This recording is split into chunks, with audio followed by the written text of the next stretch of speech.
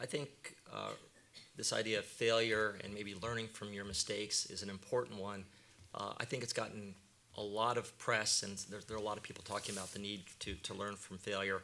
I think the issue is the pace at which you can experiment if you're a student. So how quickly can you run through hundreds or thousands of experiments and succeed and fail? And so, if it takes me a year to set up a chemistry lab so I can run one experiment and succeed or fail, my rate of learning is very low. But if I can somehow run 1,000 experiments a week or a year, I can succeed or fail faster. So I feel like this issue of success or failure is a bit overplayed. I think the bigger issue is the pace of how often can you hypothesize and test as part of your educational process. And the more I can hypothesize and test, I think the faster I can learn. I think today in education we celebrate success, and we ought to celebrate success.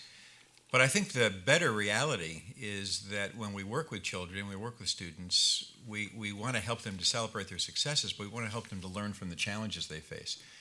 And if we don't push ourselves to face challenges, we never really advance. I'm reminded a wise man once said, and I don't remember who it was, that we humans are a little bit like tea bags. We don't know how strong we are until we get into hot water.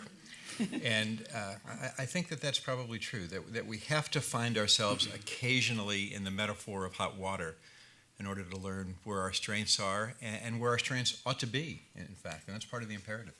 Elizabeth, how do you feel about that? Well, I think that, I think there's very little tolerance, certainly, for failure, outright failure. But I think that the path to most great inventions is strewn with accidents and mistakes, and the notion that you could figure out how to not know where you're going before you get there. I think that we have, that the critical thing in our invention is to ask a question that will surely lead to a failure, probably most of the time. But to ask a question that appears so unquestionably true, you feel foolish asking it.